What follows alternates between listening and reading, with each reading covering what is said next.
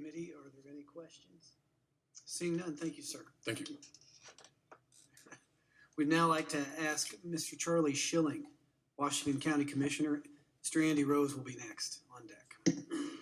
Thank you, sir. Welcome to committee. Thank you, ladies and gentlemen. Chairman Holmes, Chairman Chavez, and members of the committee, thank you for the opportunity to testify today. My name is Charlie Schilling, and I serve as president of the Washington County Board of Commissioners.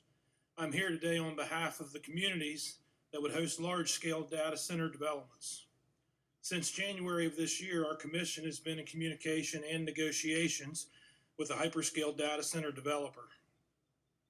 In January, our board decided to sign an NDA. This NDA has allowed me, in my role as commission president, to negotiate a property tax abatement or pilot agreement, whichever we come to terms on. This decision has given us a voice at the table. There are also additional negotiations that are decided outside of my role, and I'd like to address those today. Specifically, when the state offers a developer tens or hundreds of millions of dollars in tax relief, what role does the community, the people who live next to the facility, who pay for the infrastructure, have in deciding whether that benefit is appropriate? Let me be clear. I support policies that keep Ohio competitive for these types of developments. At the same time, county boards of commissioners should have a meaningful voice in whether and at what levels state tax incentives are deployed in their communities, because it is the local community that bears the greatest responsibility for overseeing the infrastructure impacts these projects create. The General Assembly has been discussing both a sales tax exemption override and property tax reform, both of which I'm in favor of, and I believe can be solved together. If a property tax abatement or pilot agreement is paired with even a partial sales tax exemption, local governments would be able to reduce the tax burden on residents while still supporting economic development.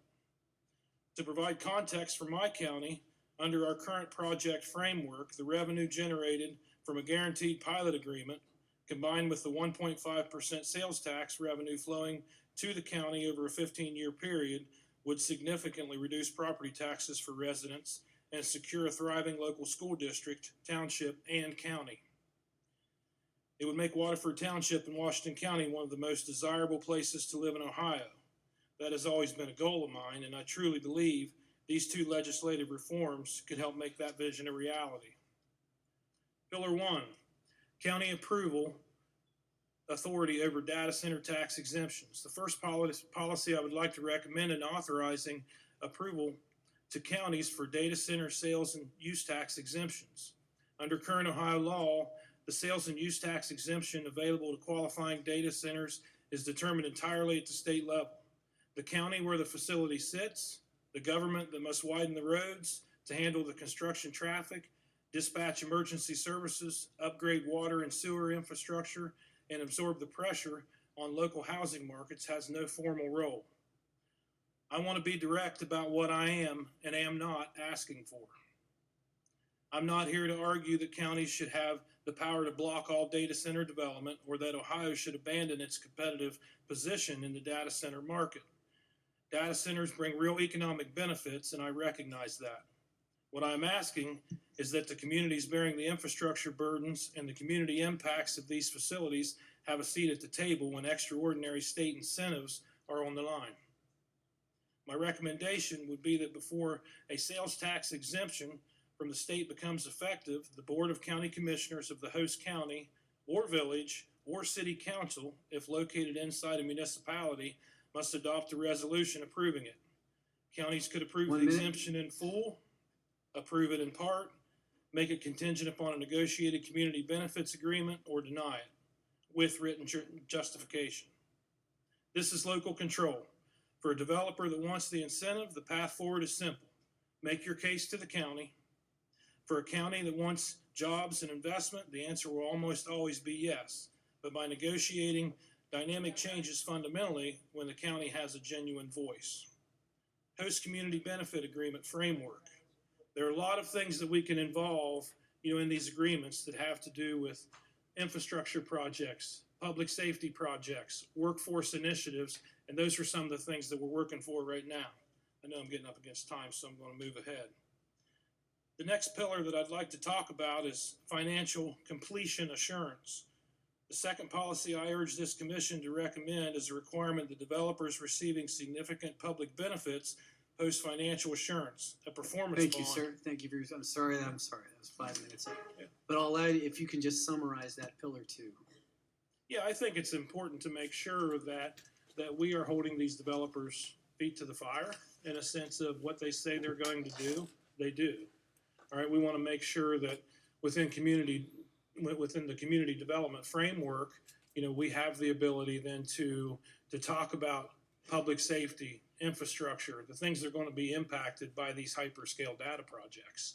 And I feel like with the sales tax exemptions that are offered by the state of Ohio, I feel like that the Board of County Commissioners or Village Council or City Council should be at the table when some of those incentives are offered, considering the fact that we understand our community and what those needs are as well as anyone.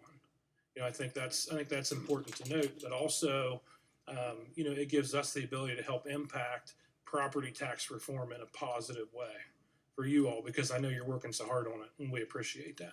Yes, sir. Yes, sir. Committee, any questions? Senator Reineke. Thank you, Chairman. Thank you, sir.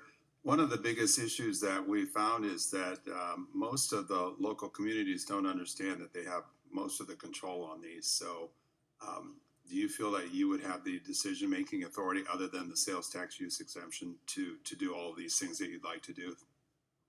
Chair Chavez, Chair Holmes, Senator Reineke, thanks for the question. I feel like that it would be important for the local elected officials to be able to work with the state of Ohio when it comes to sales tax exemptions for these particular projects, and make sure everyone understands what those needs and opportunities or concerns are within the community to be addressed. So when you look at an overall 100% tax exemption, maybe that isn't what it needs to be for a particular community. And there are other communities that might want, 100% of that tax. In Washington County, we might want 30% of that tax, where someone in Northeast Ohio, could use 60% of it. So, that's what I'm trying to get to on the sales tax exemptions. Follow-up? Thank you, Chair. But the other things are under local control. Yes. Like the pilot programs, payment of lieu of taxes, Yes, sir. the roads you're talking about, all of those things, and whether you want to do the project at all is under local control. Yeah. Thank you. Yes, sir. I would comment on that. I think when it comes to the local control, that is if there are certain guardrails put in place, whether that's zoning within communities and things of that nature. We live in rural Ohio, so we're looking at a hyperscale project itself that is not being built in an area where there is any type of zoning. They're going to obviously comply with state, and federal regulations, whether that's with the Ohio EPA or DNR, when it comes to building the project. But, so when it comes to that type of local control, turning it down, I don't see that being an option for local boards of commissioners in our case. Thank you. Just before I forget, is that project tied to municipal water? Mm-hmm. Will that project be tied to your municipal water? Yes, sir. Okay, all right, thank you. Questions? Rep. Glassburn. Thank you, Mr. Chair, and thank you for coming. And forgive my urban Cuyahoga County experience here, but I guess I'm missing something. Whether a sales tax incentive is offered or not by the state, I don't understand how that plays into whether you decide to allow a data center into your community or not. Do you not have the control to say yes or no, regardless of what the state does? Yes, I do believe we have control. Okay, thank you. Okay, seeing no further questions, thank you, sir. Thank you. All right.